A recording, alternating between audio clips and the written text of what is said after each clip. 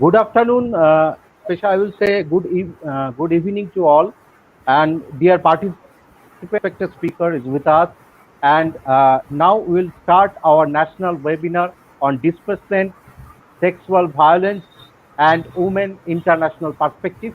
And first of all, for this webinar, not only our women's cell and political science department, uh, all the department of Coochbehar College and our respected principals sir and the organizing committee. I am very thankful to them. So that we are running out of time, we'll start our program as a convener. I'll start my program. I am requesting our respected Vice Chancellor, Professor Dev Kumar Mukherjee, to say something for this online program, or you can say national webinar on displacement, sexual violence, and women international perspective. Thank you, sir. Over to you, sir. Thank you, Shukanto. It's really a good time that you gave me opportunity to see my old friend Professor Ram Prakash Mishra. It is always nice to talk and to get his company. It's really nice. So I express my sincere thanks to your college, and your college always is organizing. There are so many uh, webinars, series of webinars. This time your Department of Political Science and Women Studies perhaps have taken initiative to do this webinar, and I am sure here Professor Ram Prakash Mishra, he doesn't need any separate introduction, as because his scholarly delivery and his contribution to the field of education is well known to all the persons in not only in our state, in our country also. And I'm sure uh, his deliberation, his thoughtful presentation certainly will enrich our teachers, our students, our scholars, and all the listeners who are present here.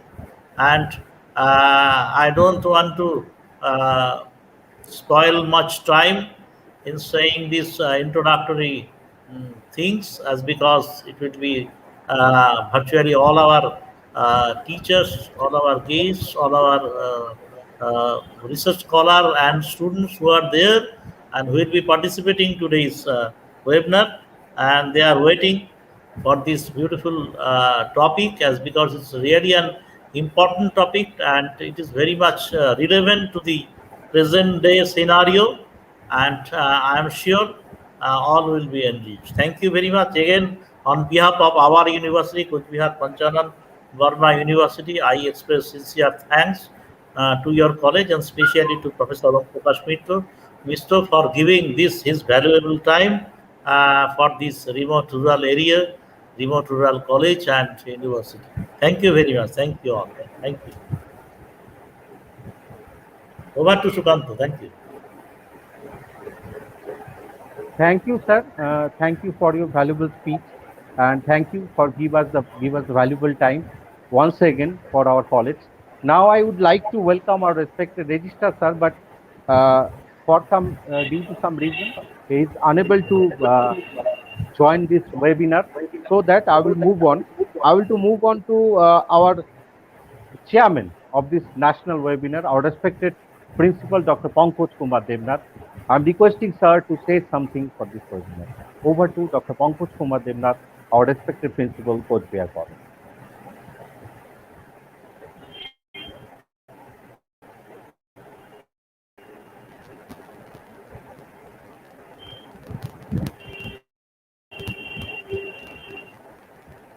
Mike.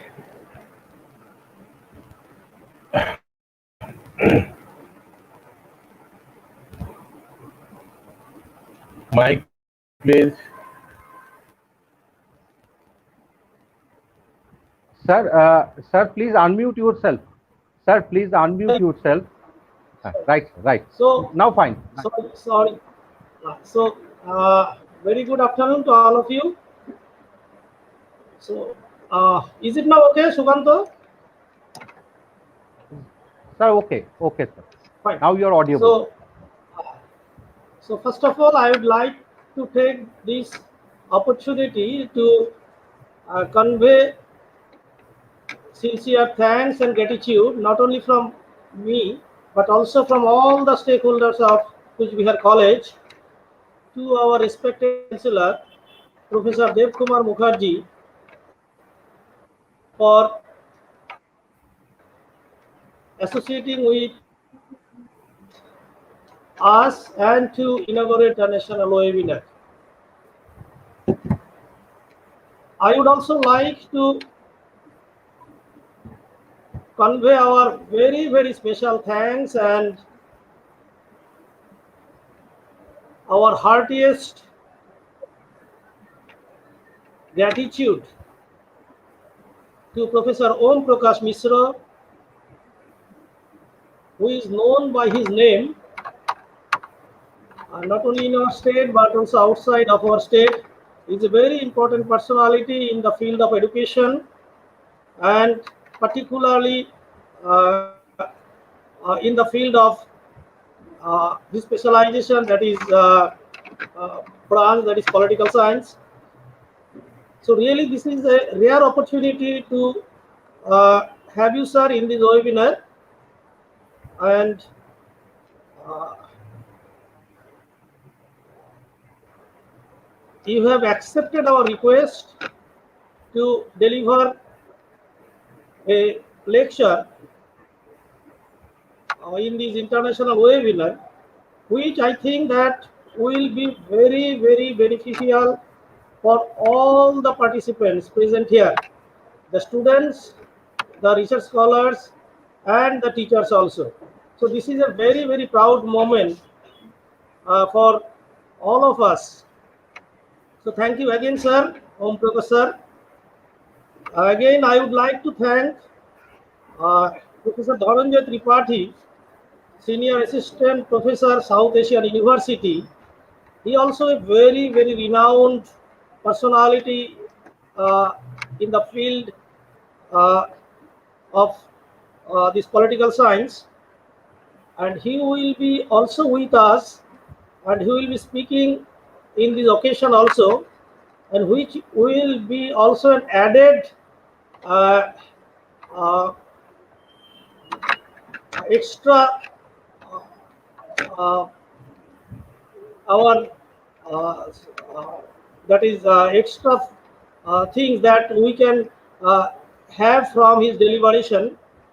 Definitely from both the eminent personalities, eminent speakers of this particular session, definitely this international webinar, this will be a grand success. I will not take much more time, but before ending my speech, I would like to thank uh, the organizer, that is the Department of Women Studies of COP, the Department of Political Science, and also the IQAC of our college for organizing such a very important webinar on this particular occasion.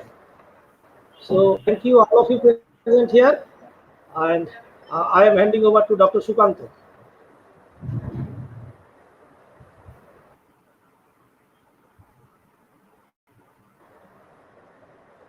Sukanto, please.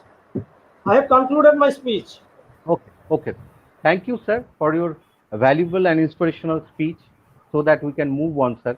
And sir is also not only helping us in each and every program, but he is always our, you can say, uh, the follow that path that we can also improve ourselves as far as in our various program, various departmental activity. Thank you, sir. Our respected principal, Dr. Pankaj Kumar Devnath. Now I will move on to our respected IQC coordinator, Mr. Dr. Midul Ghosh, but he is also not with us. So till now is unable to join, so that we can move on. So that, sir, before that, I will take permission from our respected Professor Om Prakash Mishra, sir, Sir, shall we start with your? Can you start your session now, sir? Oh, well, of course, we can start. If I'm audible, Right, sir. You are audible. Audible. where is the head of the department, Dr. Pritha? Is he around? Yes, yes, yes. Well, well, he has logged in, but I can't see her. In any case, yes, of course, we can start a little early than you had scheduled. Uh, Professor Actually, sir, Mukhopadhyay, she is unwell, so that's why all right. he unable to open his video. So that's why he unmute his video. Thank you very much, Dr. Devnath, principal of the very well-known college, and it is my pleasure to respond to one of your more dynamic colleague, Dr. Shukanto Ghosh, invitation to participate in this program. If Dr. Tripathi is here, No, sir. Sir, he shall be sir will joining join. later on. And Professor Devkumar Mukhopadhyay, Honorable Vice Chancellor of the University. Sir, And our it has been my great pleasure that, yeah, I can see that your ICQ coordinator has joined in. It is with great pleasure that I have this opportunity to see Professor Devkumar Mukhopadhyay, of course, remotely. And we have been friends, or rather, not friends. I've been a little follower. I was a bit junior to him, just, and we have many occasions to interact. So thank you very much, Professor Mukhopadhyay, for actually nurturing so many Thank you very colleges much. under your esteemed university. And well, actually, uh, it is a pleasure to be part here. Now, I think that Dr. Ghosh wanted me to start on because he could not find the coordinator of the ICKU, but Dr. Ghosh, but he, I think, is already here. So I suppose that he perhaps might like to add on few words, and then I can. Thank you, sir. Thank you. Yes, Thank Dr. you, sir. Mridul Ghosh. Now I would like to welcome our IQC coordinator, Dr. Midhu Ghosh, to say something for the office.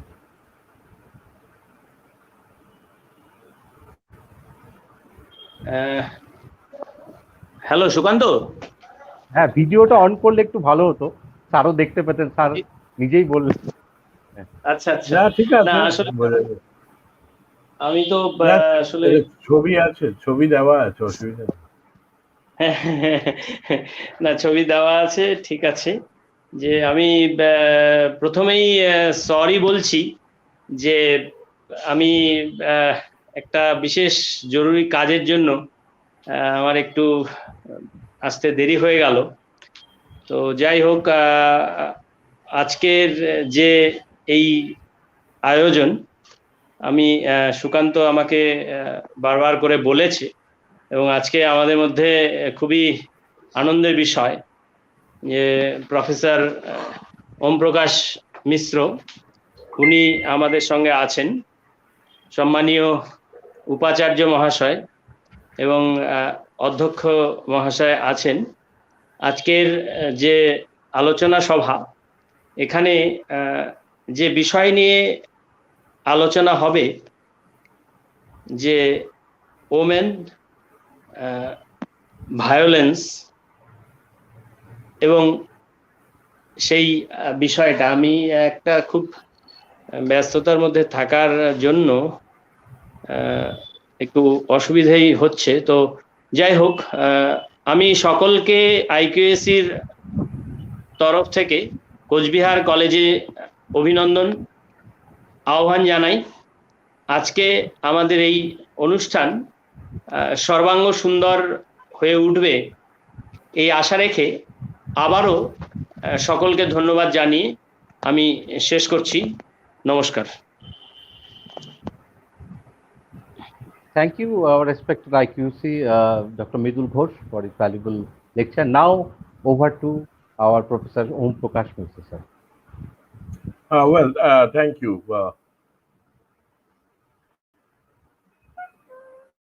Now, this topic, of course, very well fits in with the agenda of the women's cell that you have in your college. This also fits in very well with the type of worldwide preoccupation with the subject of armed conflict and the subject of sexual violence. This topic also very well fits in with the issue of international human rights protection, fits in with the question of gender justice, and it, of course, very much fits in with the question of life, liberty, honor, dignity of millions of people throughout the world who are, in one way or the other, victims of violence. The victims of violence is, in fact, much more appropriate umbrella for our discussion.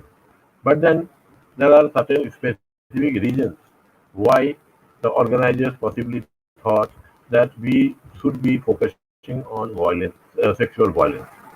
So here it is. And you might also have seen that this uh, topic talks in terms of international perspective. So therefore, instead of bringing in the examples only from our domestic setting, it shall be my endeavor to consider this particular topic, which is a matter of worldwide concern, from an international perspective. Some examples, say from Europe or Afghanistan, from Rwanda or Bosnia Herzegovina, or say from Colombia or Peru, or for that matter, say from Myanmar or from the then East Pakistan, which is now Bangladesh. So there are many different uh, uh, type of a situation which has prevailed over the period of time in relationship to the violence and sexual violence particularly. Now, you see that we have used the term displacement, displacement and sexual violence. And why displacement is important is because a very large number of people today are displaced within the border of their own countries or across the border. All those who are displaced within the borders are referred to as the internally displaced persons, IDPs. And all those who became displaced and had to flee, and they have taken asylum, they have taken shelter, they have taken refuge in other countries beyond their own borders after crossing their own border. And then, as we know, that they are referred to as the refugees. So the category of the refugees and the categories of the internally displaced persons, both these categories, they exemplify the problem of displacement that has actually affected the world in a very, very big way. I will like to first focus on few common aspects or issues. As we all do know that people travel, they go from one place to another. Now, most often, this travel or the migration is actually voluntary.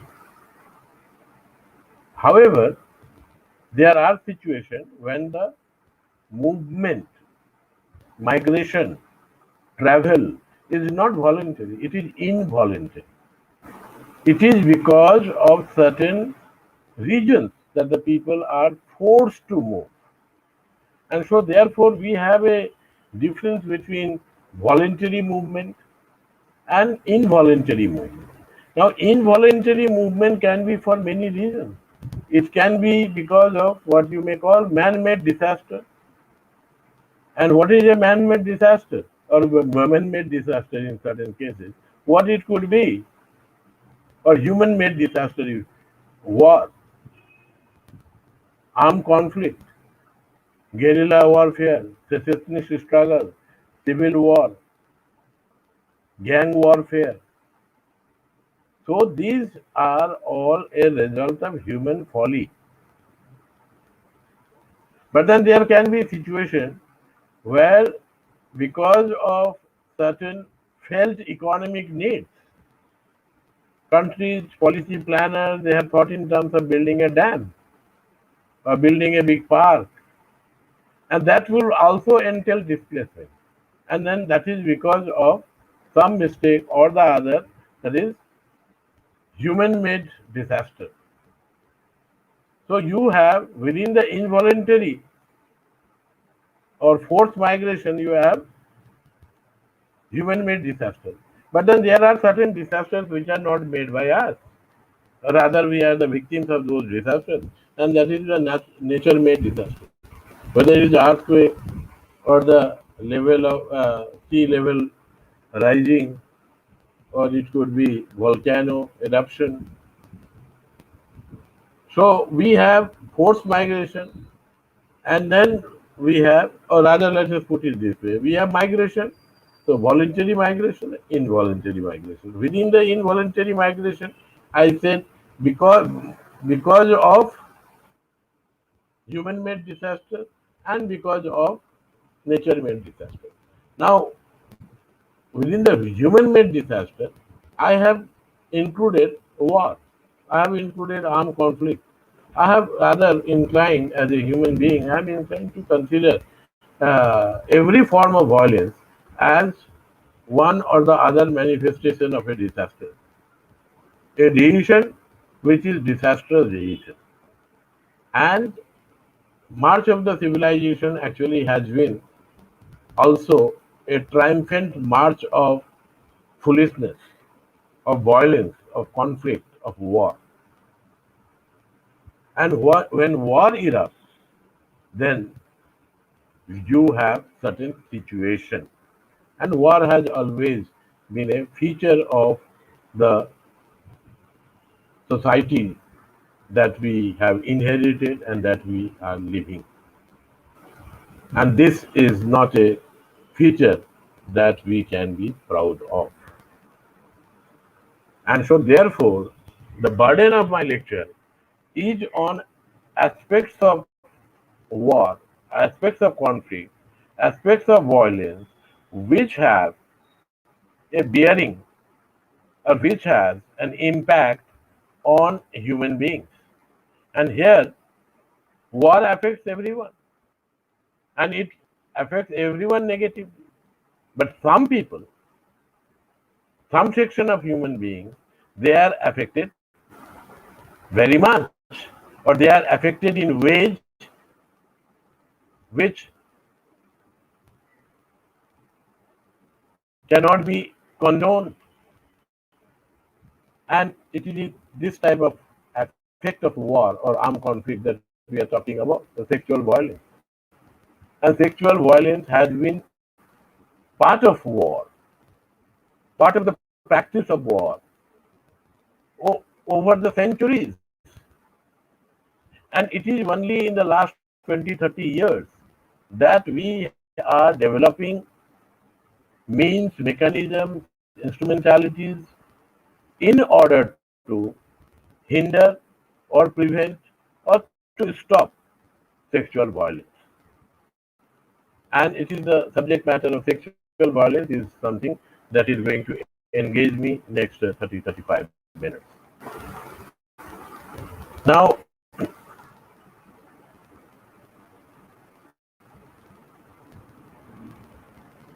this is very interesting that in the 20th century there was a World War One, and then there was the World War Two, and now more than 70 years have elapsed, and the Second World War concluded.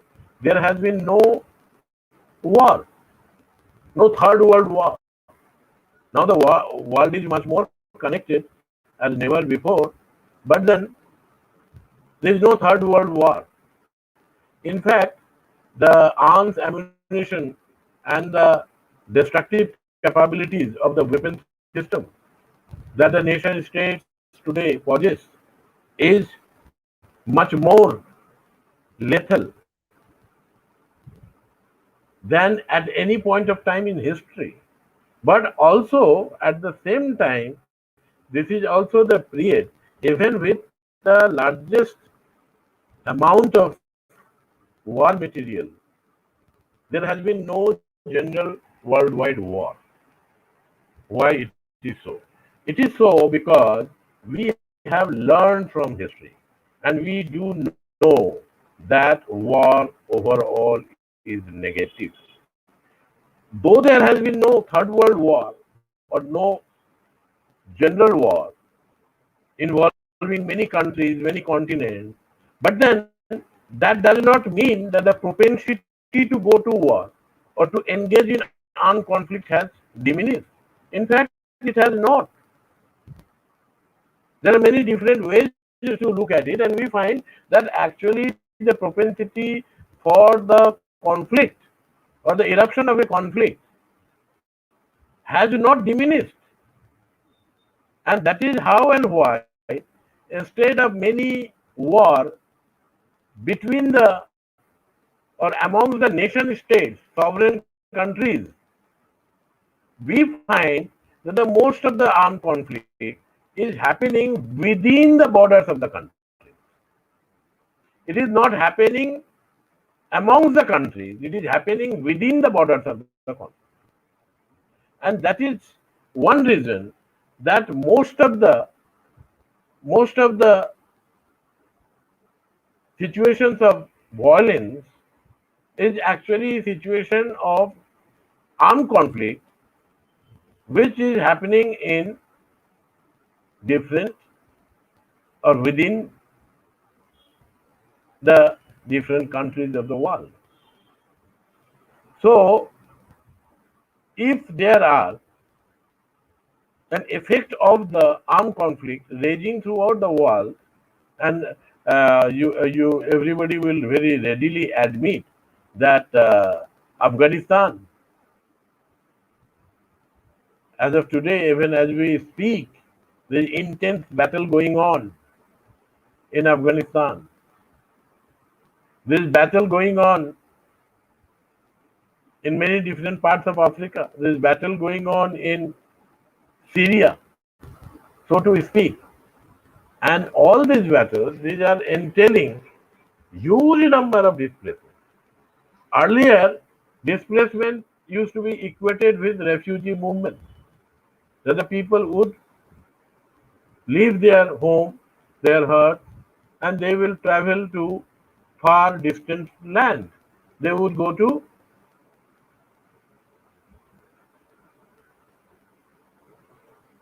neighboring countries, even distant countries. But now nobody wants to have refugees. The world is no longer that kind, is no longer that merciful. And as such, we find that more and more efforts are always made so as to prevent the movement of potential refugees into various countries. So Europe has become a fortress. It is so very difficult for people, victims of violence, of armed conflict, of war, other persecuted people for many different regions to attempt to travel to North America, to Australia, to Canada, to Europe. No. In fact, every country is trying to build up some form of mechanism by which the movement of people into their territory is blocked, prevented, hindered, in fact, even stopped. And that is how and why now you do have many more millions of people who are internally displaced. So if you have, say, about now 20 million people, that is 2 crore people who are refugees, you have 48 million people, almost close to 5 million people, sorry, 5 crore people who are internally displaced. But from the human rights standpoint, whether you are a refugee or whether you are an internally displaced person, your suffering and your desperation is all the same. And so that is how and why International Committee of the Red Cross, instead of using the term war, these days, since 1949, in fact, in the Geneva Convention, the term that is used is not war, it is armed conflict. And the armed conflict is not, it can be war, it can be between 2 or more countries, but it can be within a country, between the government and the guerrilla forces, or between the minorities and the military, or it could be between many different factions in a country who are at each other's throat in a civil war. It can be between different parties. So you have state actors, but then increasingly you also have now non-state actors. LTT was not a state actor. They were fighting a battle against the state, Sri Lanka. Many of the insurgent groups in our own country, they are non-state actors. But the effect of what they do and effect of what the countries when they go to war is the same, because violence affects everyone. Behind every refugee or an internally displaced person, there is the story of the violation of human rights at one level or the other. And so therefore, when we discuss displacement and sexual violence, we have to necessarily understand that displacement is a byproduct of failure to uphold human rights. That displacement is a negation of human rights. That displacement is about people who have crossed borders, but it is also equally about people who are not been able to cross the border. It is about people who have been able to find asylum in Canada, but it is also about people who are awaiting asylum, say in Norway or in Sweden. It is displacement is about millions of Afghan refugees in Pakistan, and it is also about millions of Afghan refugees in Iran. And then there can be many different types of forced relocation of population groups. We had seen in our own country in the 1990s, unfortunately, that intense battle amongst the Nagas and the Cookies in the Manipur hill areas. So you have the Cookies of a particular village which comes under a Naga dominated block, and which block is now under a Cookie dominated district. So in this type of a situation, when you have intense conflict going on amongst the ethnic groups, then the population relocation takes place. So all this will be an example or people who are displaced.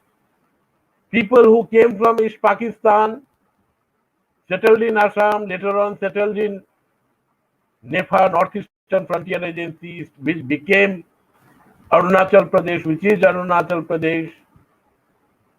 For all practical purposes, Indian citizens, the Chakmas is still not accepted as citizens. So they are stateless. So displacement is also about stateless.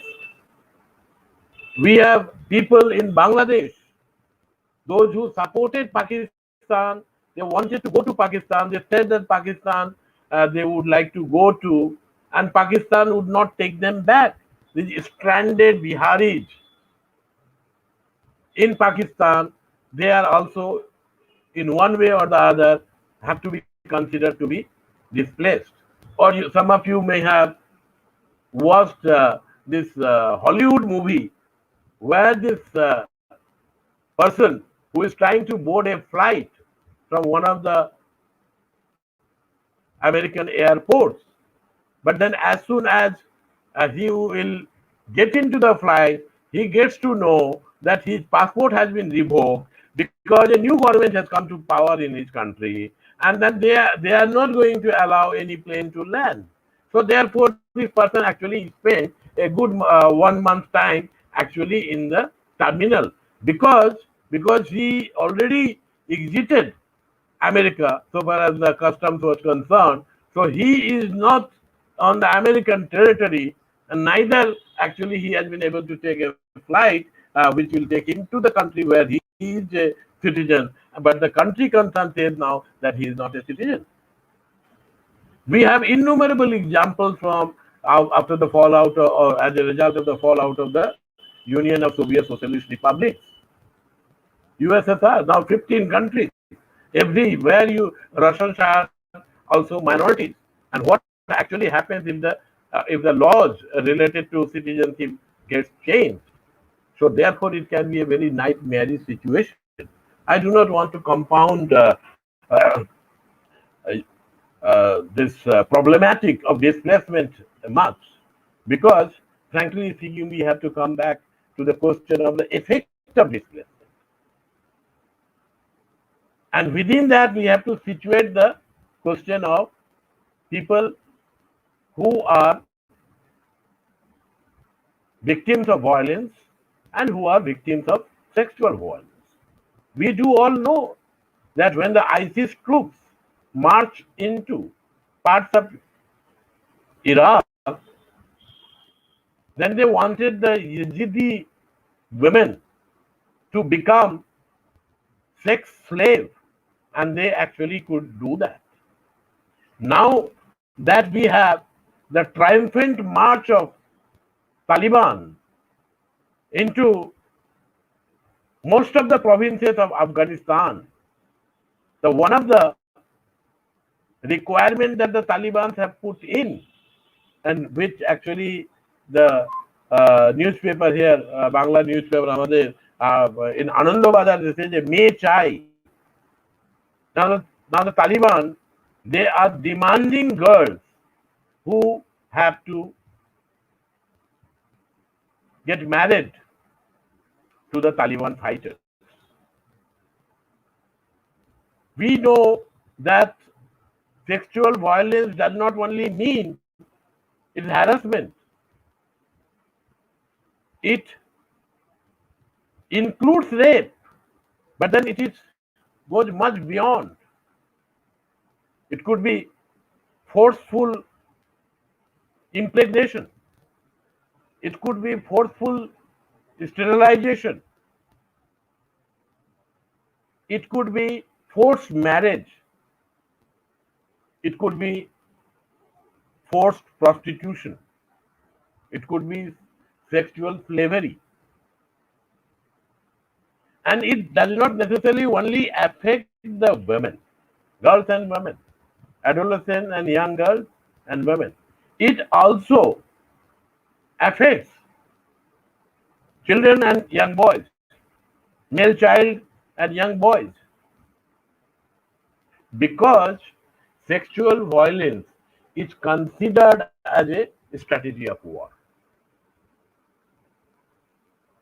So whenever there is a war, armed conflict, one of the offshoot of that is that you have extensive sexual violence. Because historically, and most unfortunately for the march of the civilization, women have been considered as one of the spoils of war. So while as a result of the victory and defeat in a war or armed conflict, you find that the male, young men, young boys and male, they are they are made, and the women are taken up as a prize, as a spoil of war. That has been the case, and in fact, it was practiced also very much during the two world wars. There is not much of an account. Not much has been written about all this because sexual violence has been more or less a taboo subject.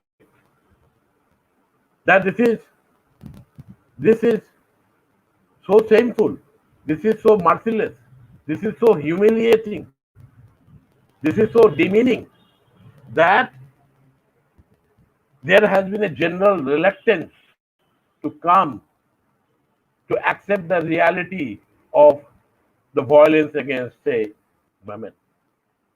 We saw this also in the context of the liberation war over Bangladesh, over what is now Bangladesh. I'm not getting into any numbers,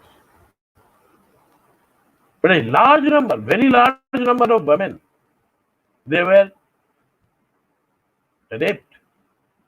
Rape was considered as an instrument of subjugation of the ethnic linguistic majority of the then East Pakistan population. In fact, one might even go to the extent and say that this constituted a genocide. And incidentally, the word genocide in relationship to what was happening in East Pakistan was done by a Pakistani journalist. And he actually left Pakistan. He was sent to Pakistan, East Pakistan, by the Pakistani authorities also as a journalist, and then he reported, and he found that this genocide was going on, and he wrote for a British newspaper. But before that report was published, he and his family members, they actually had to leave Pakistan. They left Pakistan, and then only they could publish it. So that has happened very much here in just about 50 years back. And I can, go on as to what did happen in Bosnia-Herzegovina. Here also, atrocity against women, crime against women of an extensive and most brutal type was perpetrated by one side or the other. Same thing has happened in most of the ethnic conflicts in African continent in the 1990s and still afterward. And I have just given you the example of what the ICIS was capable of and what they did. But then I said that there are state actors and then there are non-state actors. And then it is also generally thought that it is very much possible for the perpetrators to go scot-free. There is a tendency, even with all the international law and all the international humanitarian laws we have refugee law, we also have now the UN guiding principles on internal displacement, but generally, usually, the perpetrators are going scot-free, and that is how and why there have been examples of the UN peacekeeping forces also indulging in and involving in certain types of crimes against women. We saw that there was a very extensive war, conflict in Sri Lanka. But then you might be happy to hear that the LTT generally did not brought in or used women as property or as chattel or as a tactic of war.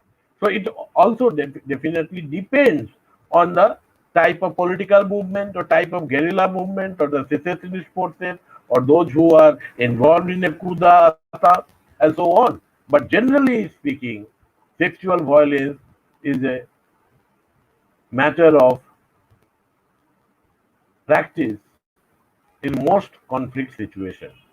And this is where we have to think in terms of what possibly can be done. Now, I'm very sorry to say that we do not have much of an understanding of these aspects and issues developing at the level of, you know, binding international law. In India, particularly last few years, we find that there is a dilution of our observance so far as human rights are concerned. We have become merciless. It is all very fine for us to think in terms of the Rohingya refugees in Bangladesh, and not 1,000 or 5,000, but 11 lakh Rohingya refugees in Bangladesh. But India as a country, we would rather not have the Rohingyas as refugees. But then we should also be mindful of the fact that Indians are the biggest minority in the whole world. Indian passport is the minority passport. Only 5 days back, there were attacks and a growing conflict situation in South Africa. Many persons of Indian origin, they were brutalized, they were killed. This can happen. It did happen with our people in Uganda. It can happen elsewhere as well. Because we are in an interconnected world. We cannot say that all is well within our own borders and we are not bothered about the whole world. Because our people are bothered about the whole world. We need to travel. We need to participate in international commerce. We need to participate in human rights conventions and building of United Nations efforts. So we cannot be a bystander. We have to be a responsible global player. That has been my basic philosophy of my thinking, that India has to be a responsible global player. We do not need to become a power, because if you are a power, others will attribute you that term. But if you yourself call uh, yourself as a Vishwaguru and world power, then the whole world is not going to accept it. We must be very responsible. We must be very sensitive. We are not, and we find that here in our country, as in many other places also, the crime against women, that actually keeps on getting added up. There has to be zero tolerance, and over a period of time, of course, very stringent provisions of law has been deployed against perpetrators of violence at the domestic settings. But what is happening in the war settings? There is no law which is powerful enough to prevent the men to brutalize the dispossessed and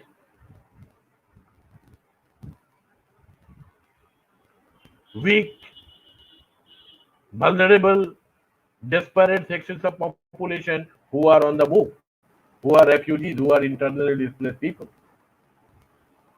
Because in any situation, violence affects everybody, but the women actually have they have to bear the brunt. There is a wholesale role reversal, and the women have the added responsibility of looking after the children. Apart from attempting to run the household during emergency time, during the flight, women are vulnerable when violence takes place, armed conflict starts. They are at risk when they are fleeing. They are at risk when they are actually in the refugee camps or the camps for the displaced people. And they are actually at risk even after they have been rehabilitated. It is very common for the armed men to ask for sexual favor, to force, and in fact, rape is used as an instrumentality deployed in the war. It is to send a message to the men folk you are not in a position protect your women. This is this is also trying to send a message to demean pride. So when in displacement, women become much more vulnerable. Traditional family and societal protection is gone. Traditional social structure and norm of mutual behavior has vanished. And in the emergency situation, there are people who are trying to prey on the women, on the adolescent girl, the young boy. And this type of a situation actually has been going on and in a more intense way. But together, we also find that there is a determination on the part of civilized people in the world, civilized countries, and lawmakers that we have to rise to the occasion. We have to try to halt this. We have to try to stop it, and it is possible. The past 30 years, a whole lot of conventions have been built upon. A whole lot of United Nations mechanism are in place. United Nations High Commissioner for Refugees, they have come up with many standard guide about the protection of the women and of children while they are moving from one place to other or while they are in the camps. So there are specific norms which have now been evolved.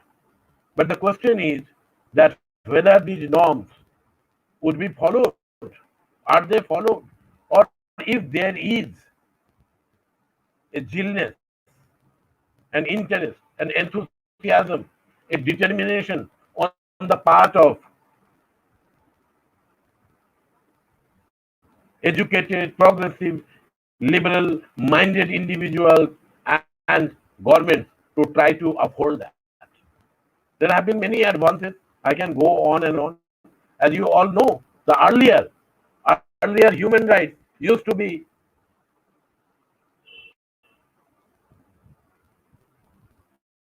not discussed at all.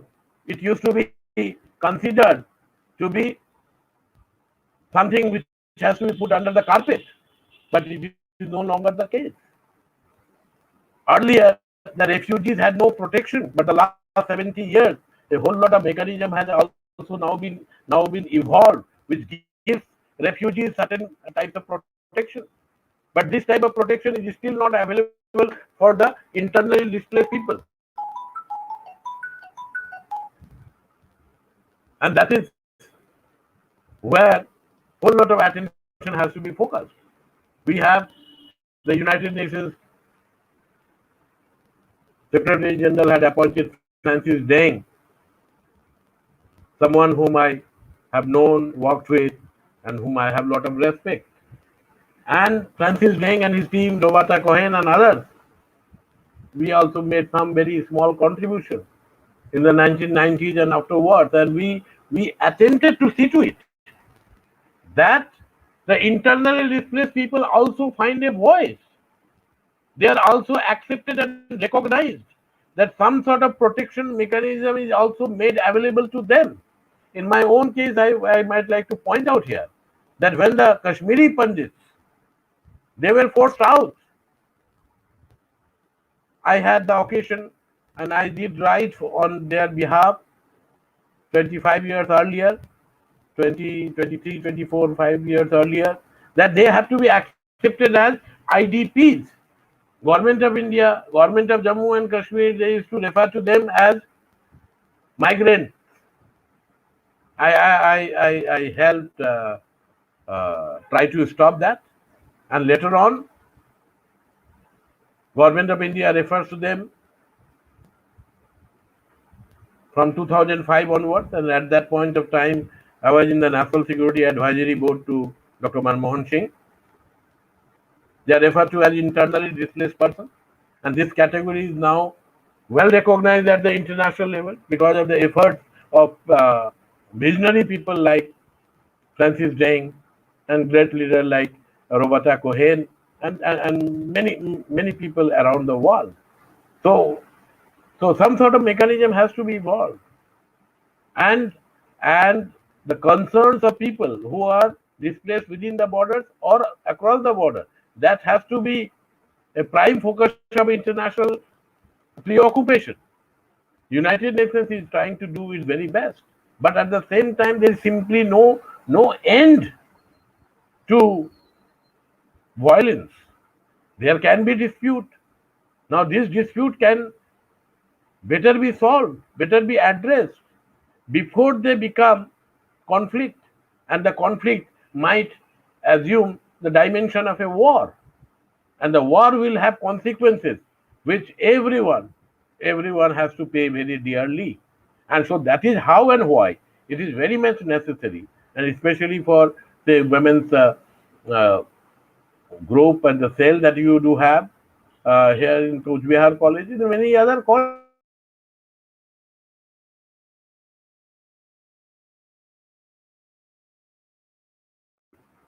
lot of awareness on this.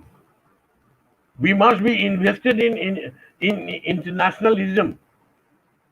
Rabindranath Tagore, incidentally, not now, almost 80 years back, he told us, he pointed out the dangers of extreme nationalism and how very blinded, very narrow, very rhetorical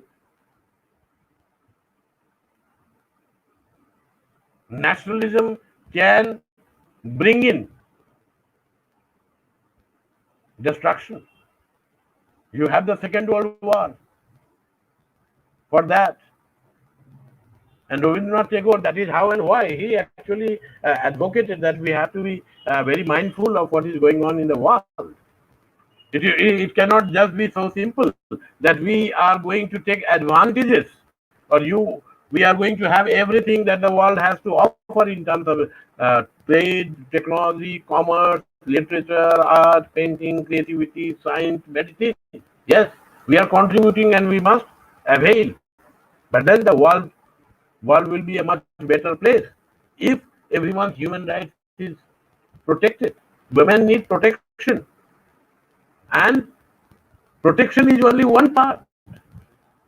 They also need equal access to rights. But then in a conflict situation, these rights, these protection, these become weakened. And this is very extreme. And we all do have some responsibilities in this regard to build up a movement through academic exchanges, thinking, through having groups to exchange ideas and so on. And so that each one of us actually also can play a role in trying to prevent instances of violence, instances of disputes which actually gets converted into conflict, and conflict which graduates into a war or armed conflict. That has to be stopped. Everybody has got a responsibility. Glad to participate in this. I did not want to make this very heavy, so I have kept it at a more receptive middle range level. I hope that idea is to provoke some debate. Idea is to provoke some question. Idea is to ignite some certain minds who will take up interest in these areas, who will come forward, and they will work for a better world that we all actually very badly need. Thank you. Thank you very much. Sukanta আমার বলা হয়েছে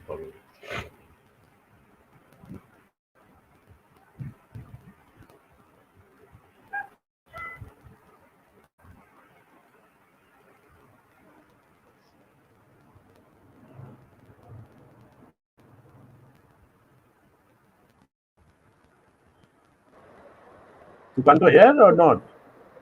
সুকান্ত স্যারের বলা হয়ে গেছে।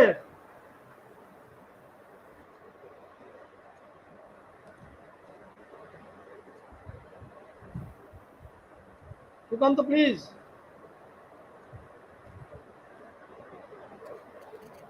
Sukanta or anyone? So I think Sukant, are you there? Yes, sir. Yes, sir. I am here, sir. Please, sir has completed his speech, so Okay. this your turn. Okay. Okay. Thank you. Thank you, Professor Om Prakash Mishra, sir, for your valuable and inspirational speech about this displacement and sexual violence and women international perspective. For this national webinar, we are very eager to listen Om Prakash Mishra, sir, and today we have get this opportunity to listen, sir. And today, actually, not only us, but all the viewers, the participants, they should be benefited by his lecture. And he has already mentioned all the points, all those things that should be into this arena of international relation. He is the expert on this field, sir. And sir, there is a too many comments from the participants that they are very much benefited, very informative speech and all those things, because it's a privilege that you are here. And sir, one thing I want to before you stop, sir, I want to say something, and I don't miss this opportunity actually. Sorry, sir, just a minute.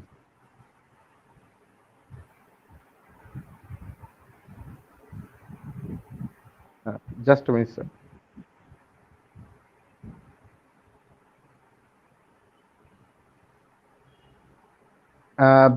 It is for our students actually, because this sir has no need any introduction, because VC sir already tell us. But I want to mention that he has done too many things, that because he has invited by so many countries, not only for only teaching, but research institutes like PRC, USA, Canada, UK, Switzerland, South Korea, and so on. And sir also organized a nationally coordinated program on the partition of India revised and many things. And he also have some project like global IDP project of the Norwegian Refugee Council, UNHCR, and the Brookings Institution. So that I think that those things not only for us also, but student can they can also have some interest to do that type of thing in future also, because it's our interest also. So, sir, thank you, because your knowledge and your perspective is bigger and bigger. So that on behalf of Coochbehar College, and also from the Women Studies Cell COP and Political Science Department of Political Science, we are very thankful to you, sir. And there are too many no queries till now. No queries are there, so that I will not go for the any queries or question. But so many participants, they are delighted to watch Om Prakash Mishra. Now we are waiting for our next speaker, Dhananjay Tripathi sir. Dhananjay Tripathi sir from South Asian University, New Delhi, Department of International Relations. We are waiting for Dhananjay Tripathi sir. Sir is with us. Sir is with us. Welcome, Professor Dhananjay Tripathi sir. Sir is our next speaker.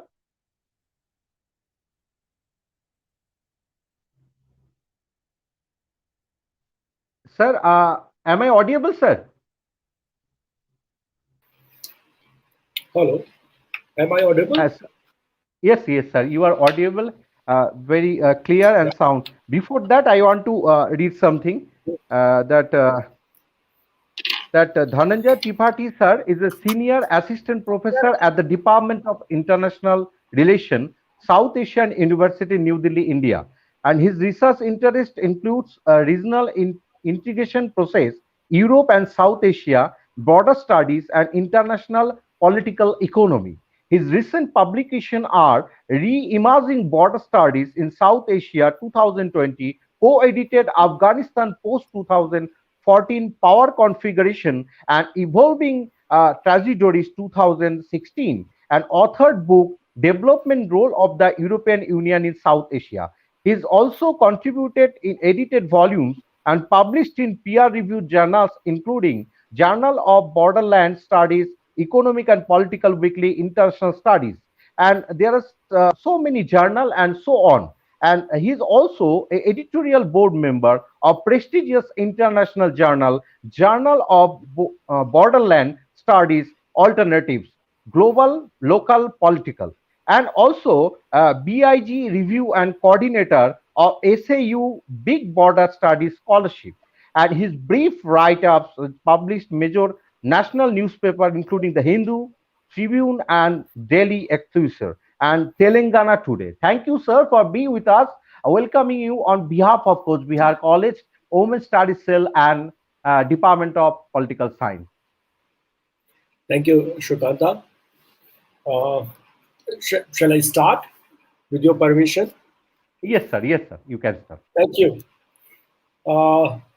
First of all, I would like to thanks, and if there are any technical issues, Shrikanta, you can just let me know in terms of voice or anything. I will stop there, okay? So, good evening, everyone. First of all, I would like to thanks Coochbehar College and the organizers of this national webinar for giving me an opportunity to speak on an extremely important subject. Although I would like to confess in the beginning that I am not an expert on the subject. Shrikanta has already read my brief CV. So my research areas are regional integration, border studies, and political economy. But as a student of border studies, we do engage with different kinds of societal borders. And I would like to approach and engage with today's topic from that perspective. Also, I would like to confess that Dr. Shrikanta Ghosh is a very active person, and since the request was from him, it was very difficult for me to say no. Moreover, it was always a delight to be a panel with Professor O.P. Mishra. Although I regret the fact that this is an online event and I've not been able to meet you all, hopefully that time is not very far, and I would love to meet you all in person. And congratulations to Professor O.P. Mishra. I will not elaborate on that, but yeah. Since Professor Mishra has already covered a lot about the subject, and I am a beginner, you can say, in this subject, so allow me to start with some basic points. We, the practitioners of disciplinary IR, international relation, and I consider myself as one. So let me start from some very initial points. And after some initial remarks, I will shift to border studies. As I said that as a student of border studies, we do engage with some societal borders, and from there, I would like to enter into this subject. And from there, we will get into the issue of displacement and violence from the feminist perspective. This is how I have structured my today's talk. And if you have any question, I would be happy to answer after my presentation. So, the two dominant, as a student of, if some of you are IR student, and even if not, it's not a problem, because I will be explaining a little bit about it. So two dominant theories of IR are realism and liberalism. For both these schools of thoughts, the international system is an anarchical system with no order. So it's like very haphazard, with no order, no rules. Thus, a realist scholar who is inspired by Machiavellian and Hobbesian understanding of human nature advocate self-help system. And what is the self-help system? The state has to accumulate, because you are a self-help system. You cannot rely on anyone. So you are always under this anxiety. So what a state has to do? A state has to accumulate power, strategic depth. Similar to the realist, then that means you keep on accumulating power. You keep on becoming powerful in the world, because you never know what will happen, because it's an anarchical world order. Similar to the realist, liberal also believe that the world order is an anarchy. But unlike the realist, they put their faith in institutions. What is known as international regimes. So they put their faith, the liberals put their faith in institutions and what is known as international regimes. Am I audible enough? Yeah. So, hello. Yes, sir, you are audible. Okay, fine, thank you. So two dominant theories of IR. Okay. So like the realist, the liberal also believe in anarchical world order, but they believe in institutions. And so what are international regimes? That are set of rules and regulations that open ways for cooperation between states. So for a liberal, global institutions are a way to overcome anarchy, right? It is not that you keep accumulating power. You can cooperate with each other, make an institution, make certain rules and regulation, and that is the way to overcome anarchy. So if you look at both these theories, and by the way, these are dominant theories in international relation, it appears as a very superficial. I don't like these two theories. Why? Both consider state as a unit, but state can be considered state as an abstract thing. What is a state without a defined territory and people residing in it? Without people, we cannot think of a state. Therefore, any theory that ignores people appears to me as incomplete and vague. It is not that realism and liberalism don't talk about people, but it makes us to engage with a specific section, primarily with decision makers. These theories are not concerned with common people and therefore fail to see their grievances. Also, at the level of states, these theories look at great powers and on the role of hegemons, paying little attention to the role of developing countries and their people. So they look at people, but only the elites, those who are at the policy-making level, ignoring the people in general. These theories are also challenged by scholars like critical and constructivist scholar, And let me quote a critical scholar, Robert Cox, and what he says about theory. He says that theory is always for someone and for some purpose. Please pay attention to this. It says, and I repeat, theory is always for someone and for some purpose. So for a constructivist, and for a constructivist, this is critical, and for a constructivist like Alexander Wendt, anarchy is what state make of it. So remember, the liberalism and realism, the basic premise is that there is an anarchy in the international system. But for a constructivist, anarchy is what state make of it. Thus, for the US, a nuclear bomb of Israel is fine. But Iran developing nuclear reactors, even for peaceful purposes, is a crime. So it is a state that creates the image of friends and foes. And we normally believes into it. I have done some work on India-Pakistan textbooks, and what I look at from a mental border perspective. And there, my research shows that how people, mostly in Pakistan, at a very early age, they are taught in schools that India is your enemy, or India is not good country for many people, particularly. And that is why the partition took place. So who are creating these image of an enemy in the minds of the children? These are the state through schools, school education in Pakistan.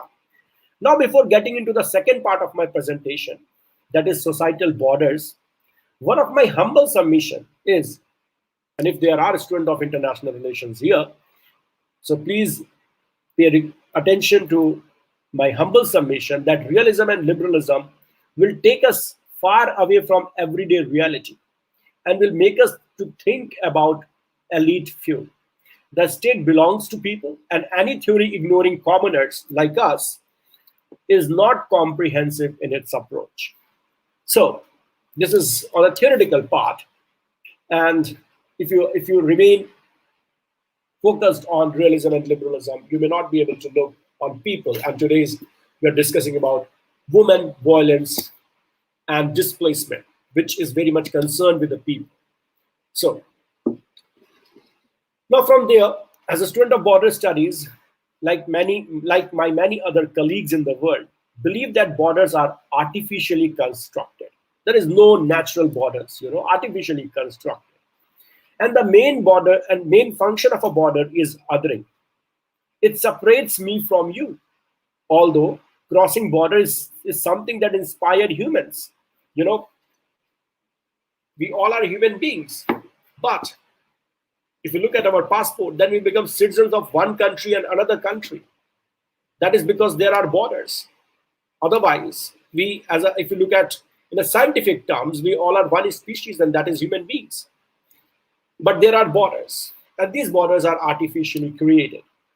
But what is the natural tendency of human beings? The natural tendency of human beings are to cross borders.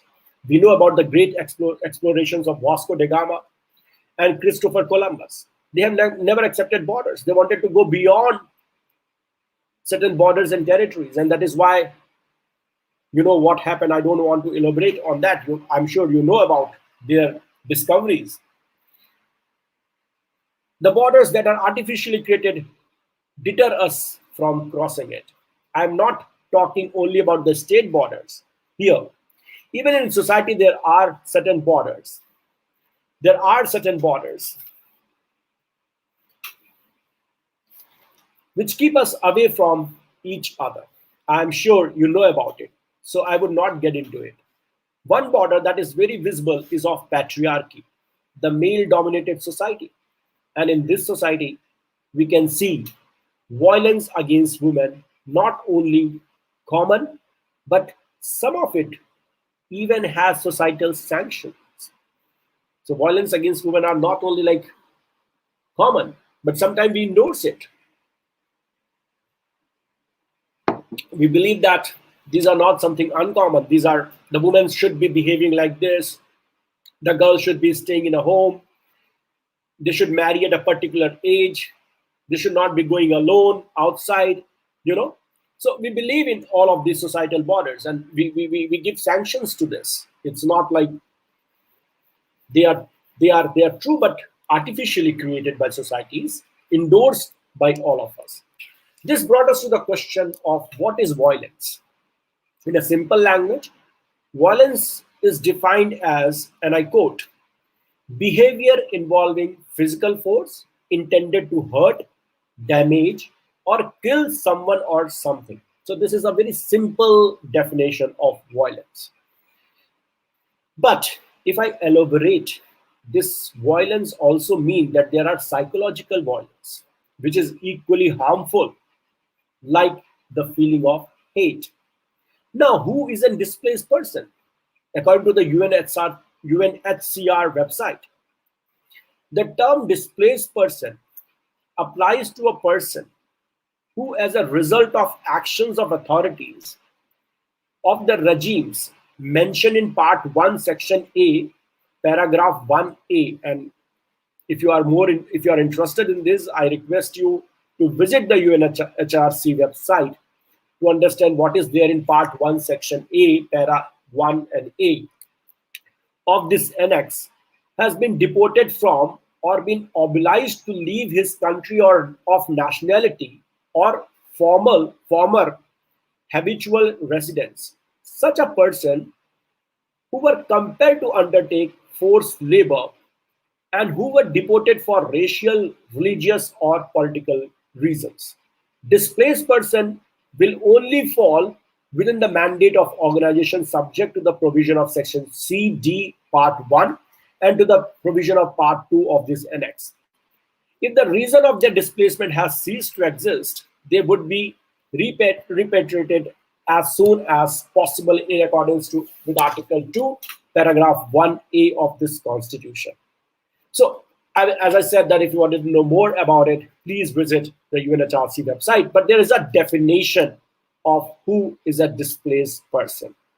And if I underline it, if I just pick up some of the words from this definition, a displaced person applies to a person who, as a result of actions of authorities of the regimes, has been deported from or been obliged to leave his country of nationality or former habitual residence.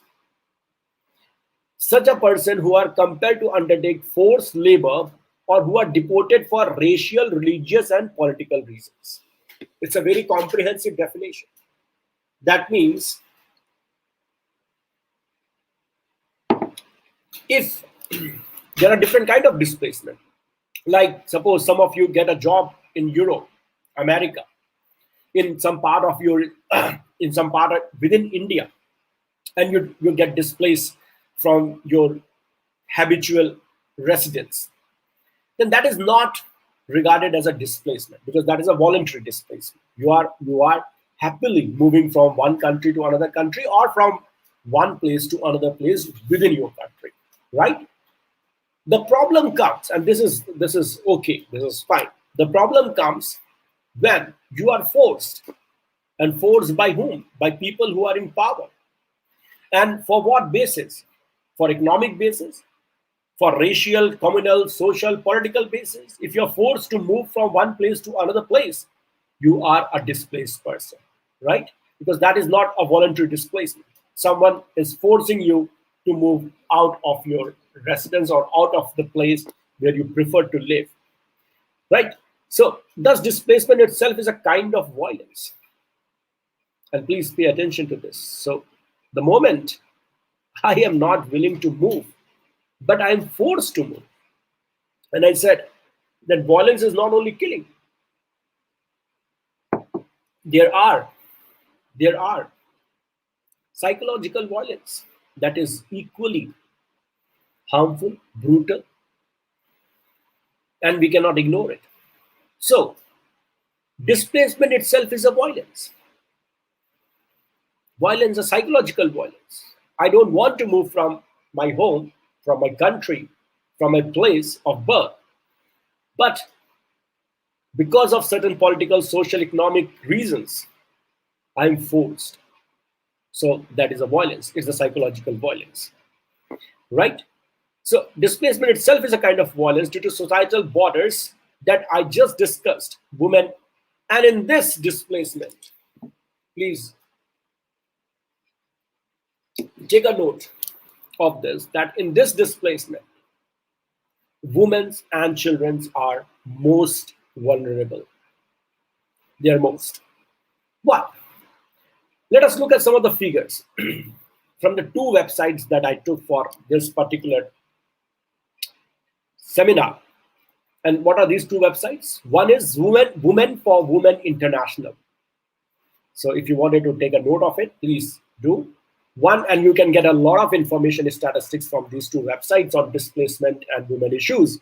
One is Women for Women International, and second is Internal Displacement Monitoring Center. So these are two websites.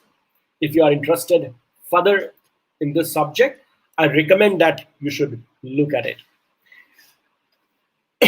So let me give you some figures from these two websites. Number one, the most important figure is the UNHRC report that of the total 79.5 million people who are being forced into displacement, over half are women and girls.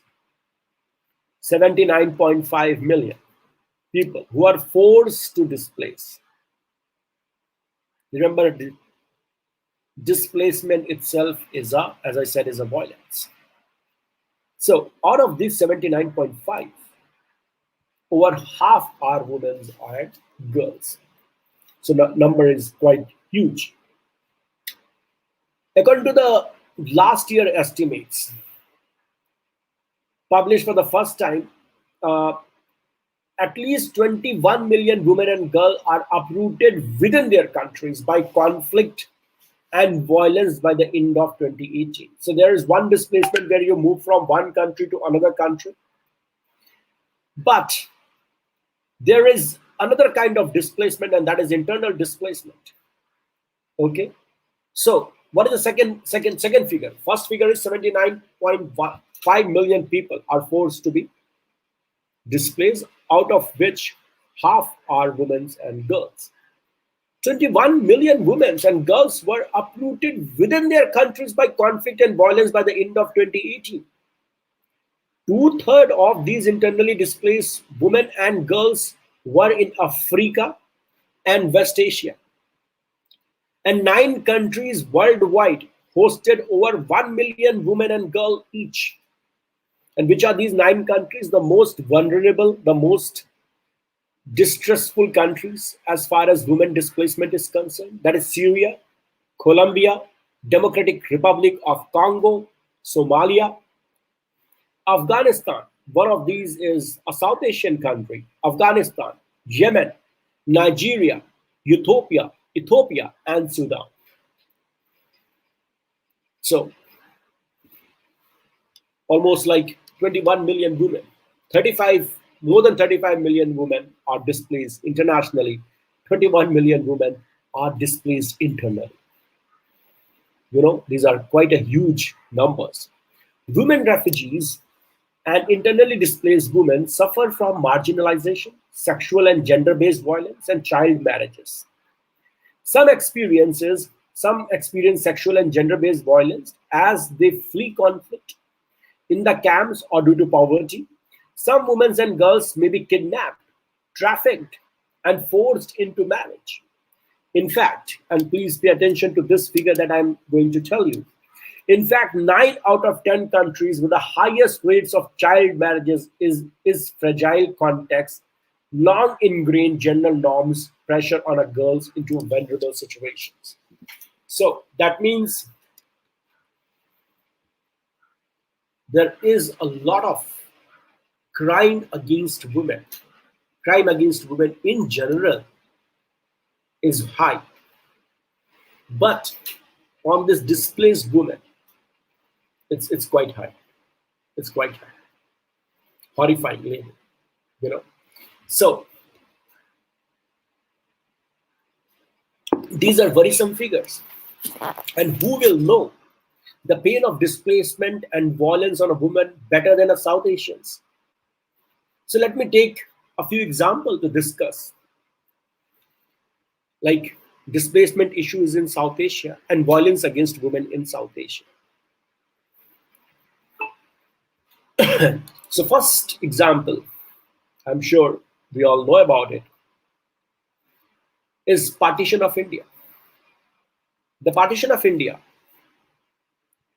displaced 10 to 20 million people. 10 to 20 million people, almost like some of the European countries. The population will be around 10 to 20 million people. In this partition of 1947 of United India, how many people were displaced? 10 to 20 million people. And there are estimated that 2 million people have lost their lives. Imagine, 2 million people have lost their life. This is one of the greatest human tragedies in the world. In this, who suffered the most? So within this displacement, as I said, that displacement itself is a crime, is a violence. Nobody would like to get displaced. Until unless, yes, voluntary displacement, I said that it's different, but nobody would like to get displaced. So displacement itself is a crime. So within this, who suffered the most? And as I just read some of the figures earlier, you know who suffered the most. That's women and children. They suffered the most. So,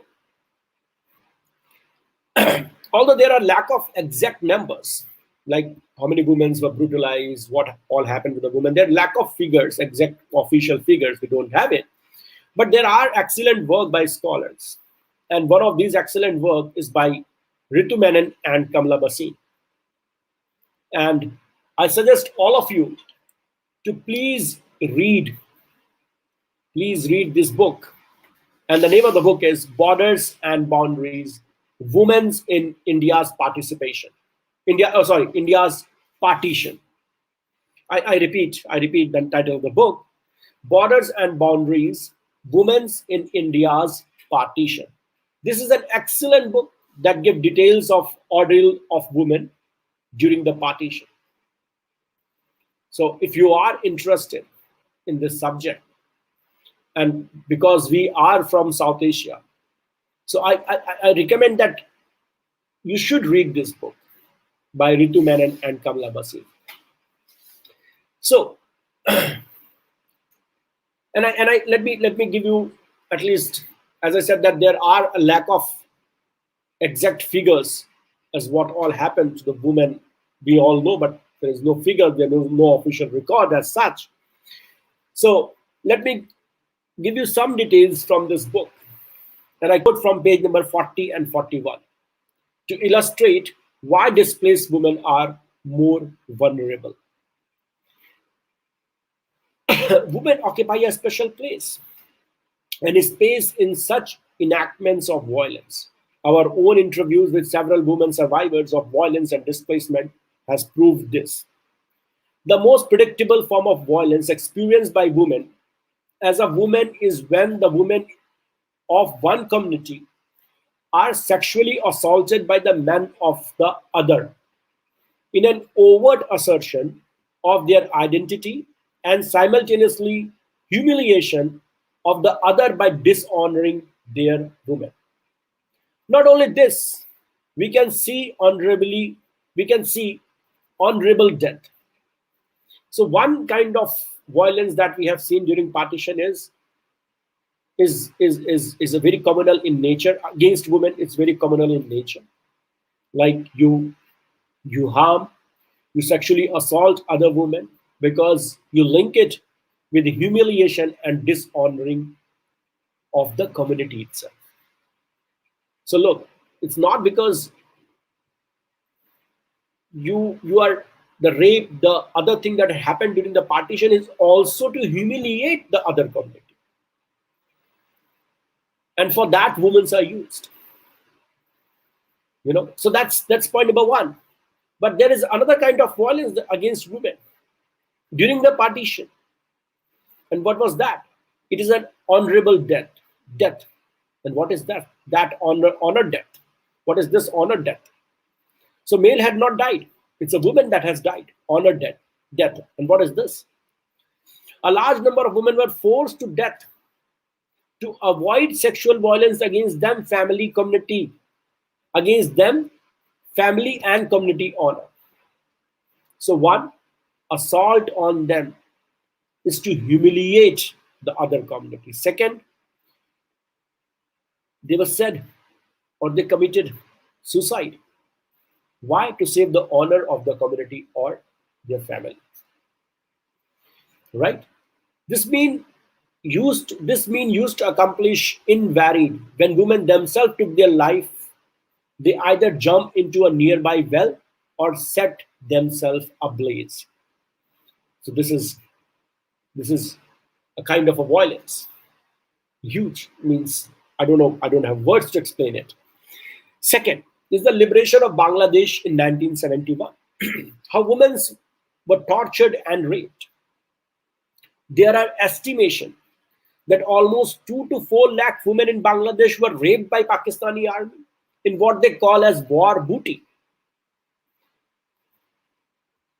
So, it's not like this happened only in 1947.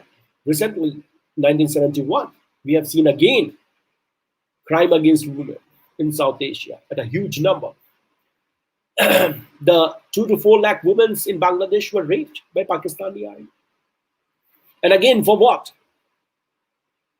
To humiliate the people who were fighting for the liberation of Bangladesh, for nothing else. It was to tell them, it was to punish these people, that if you ask Bangladesh, this is what we can do to you. So again, with the honor, with humiliation, with revenge, crime against women were witnessed in Bangladesh. And I recommend, if you are really interested in this, I recommend a movie that you should watch, that is Children of War, to understand what kind of violence has happened against women in Bangladesh in 1971. Children of War is an excellent movie. Even in contemporary South Asia, if you look at contemporary South Asia, violence against women is quite visible. I can give you many data to prove it, but does we really have to prove it? Don't we know that by ourselves the situation of women in this part of the world? Let me give you an example of present-day Afghanistan. We know that American forces are exiting from Afghanistan, and Taliban has waged a war to occupy much of Afghanistan. So America came to liberate people of Afghanistan, but they are leaving them at a point when Taliban is very powerful, So they are exiting Afghanistan. And why Taliban is occupying Afghanistan? Because they have already had a peace negotiation with Americans, and they can have a peace negotiation with the government of Afghanistan. But why they have to occupy Afghanistan? They are occupying Afghanistan because they wanted to prove that they are the real fighter they can control. Second is to strengthen their bargaining position. Suppose tomorrow they have to negotiate with Afghan government, then the one that has bigger control of Afghanistan will definitely has an upper hand in negotiation. That is why Taliban is doing it. So, and Taliban has a terrible record when it comes to gender right. The international community is very well aware of that. Even after taking control of some territories in Afghanistan, Taliban issued a diktat that local authorities should give them a list of girls above 15 and widow under 45 to be married to their fighters. So it is not that we don't know about the track record of Taliban. But what is there now? very recently they said that no, we have changed. But after the victory of some of the territories, they have issued a dictate which says that girls above 15 and widow under 45, a list should be given to them so that their fighters can marry them. Look, even when this is happening, South Asian countries are not showing utmost concern and raising voice against the type of inhuman thing that is going on in Afghanistan. So let me conclude. And if you have questions, definitely I would like to give some time for Q&A if you have any. So let me conclude. And before I conclude, I also like to tell you something about the European refugee crisis. If you are interested in this subject, in displacement, refugees, and violence against women, I would recommend that you should read something on European refugee crisis as well. That is, in our modern times, is a huge crisis. And the liberal Europe, everybody regarded Europe as very liberal as far as the politics is concerned, but how they have closed their borders for the people who are facing a lot of problems and who wanted to move from their countries. So that's another very good example of displacement and other things. So let me conclude. It is not that there is no rules and international norms, but when it comes to women's safeties, I would say that there are issues. There are UNHRC is there. There are Human Rights, Amnesty International, so many organizations are there. Even in our local domestic national rules and regulations, there are strict rules and regulation laws. But when it's come to women's safety, displacement, there are poor track records of compliances. There are poor track records of implementation of these rules and norms. So one thing, let us study about people. So conclusion, two specific points I wanted to make. One is, let us study about people and not to remain obsessed with dominant theories. And second, always try to engage critically with the subject and questions how your academics will add to the emancipation of the people. So if some takeaway we have to draw, or something which we can draw from this seminar, is that please study about people and how your academics can help in the emancipation of the people. Secondly, study about the societal borders. Don't assume that everything is fine within. There are problems and it needs to be addressed intellectually and academically. So as an academician, what should we do? We should look at the societal borders and try to address it. Professor O.P. Mishra was pointing out on some of these borders, the rise of ultranationalism, the hatred, all of this. So as an academics, what is our duty? To read at the societal borders and keep intellectually and academically engaging with these borders. So to the end, I hope that I had made some sense to you all. If not, I again offer my apologies due to lack of my academic engagement of the subject. This is what all I can present. So with these many words, many thank you for giving me this opportunity to present my views on this subject. If you have any questions, answers, I would love to reply. Thank you.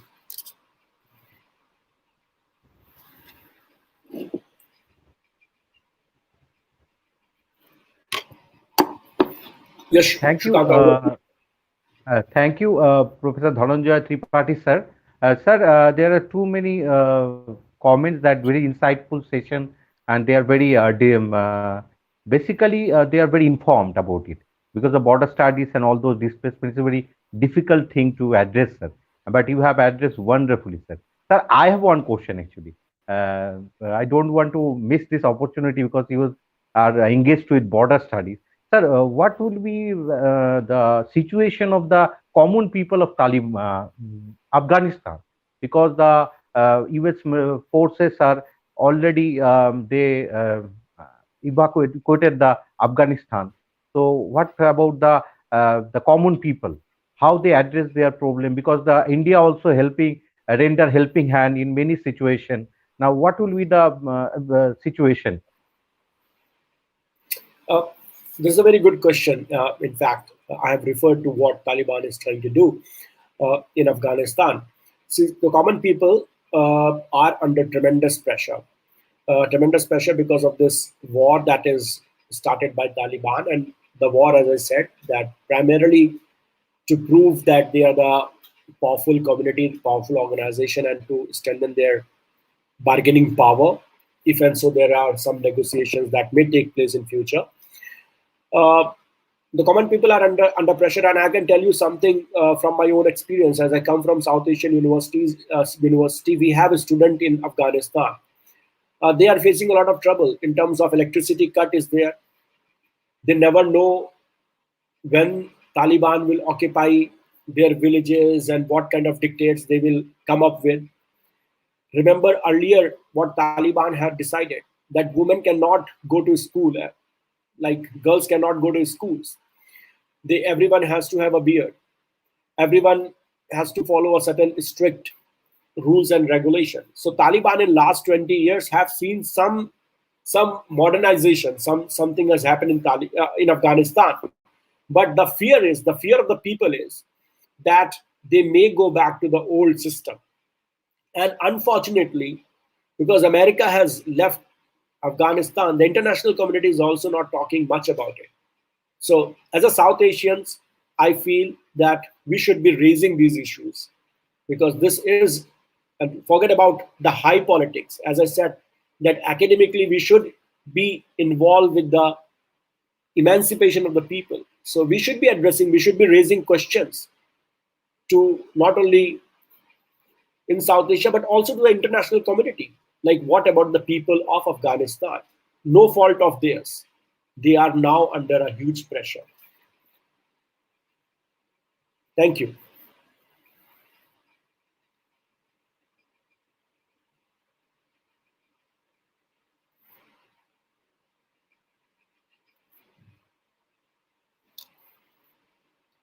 Shikanda, your mic is off, I think. Can't hear you. You are on mute. Yeah. Sir, now I would thank you, sir. Please be with us for only 2 minutes. Now I would like to welcome our departmental head, Dr. Pritha Pandit Rao Chaudhary, for her vote of thanks. And thank you, ma'am, because she is unwell. She is not good health condition, but still she is with us. Over to Dr. Pritha Pandit Rao Chaudhary. Thank you, Shukanto. Am I audible? Yes, you are audible. Am I audible, Shukanto? Yes, you are audible. Thank you. A very good afternoon. Okay, thank you. A very good afternoon to all of you. Now, we have reached almost to the end of our national webinar on displacement, sexual violence, and women international perspective. First of all, we are thankful to our Honorable Vice Chancellor, Sir, Dr. Dev Kumar Mukhopadhyay, for his presence in our webinar in spite of his busy schedule. We like to offer our thanks and gratitude to Professor Om Prakash Mishra, Professor, Jadavpur University. Sir, we are really feeling honored to have you as one of our speakers. Now, we like to offer our thanks and gratitude to Professor Dhananjay Tripathi, Senior Assistant Professor, University of South Asia, New Delhi, for spending his time and valuable speech and for sharing his opinion with us. We are also thankful to all of the participants, including teachers and students from different colleges and universities not only from West Bengal, but also from different parts of Assam and Sikkim too. And I'd like to offer my sincere thanks to our principal, Dr. Pankaj Kumar Devnath. His energetic leadership always inspires us to do something better than that of our real capacity. And I also like to offer thanks to Dr. Shukanta Ghosh, who for his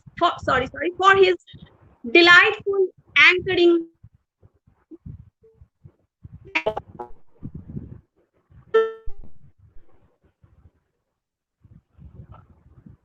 Shukanta,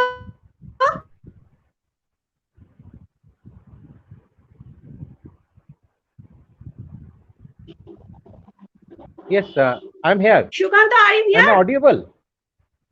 Am I Okay. audible? Yes, you are audible. Yes, you are audible now.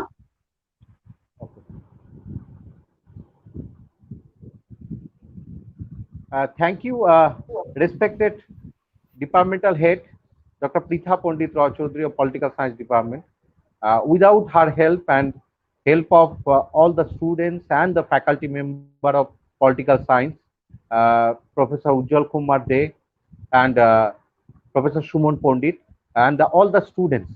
Without them, it's not possible. And my health condition is not good today also. And thank you, Dhananjay Tripathi sir, for be with us. We are very, very fortunate that you are with us. Thank you. তো এখানে আমরা শেষ করছি আজকের national webinar. সকলকে অসংখ্য ধন্যবাদ। Please be with us. Will definitely provide feedback link in after one day, because please give us one day because we have some technical problem. So thank you all. এখান থেকে আমরা বিদায় নিচ্ছি আজকের women's health Cooch Behar college department of political science national webinar displacement sexual violence and women international perspective. ধন্যবাদ সকলকে। ভালো থাকুন, সুস্থ থাকুন।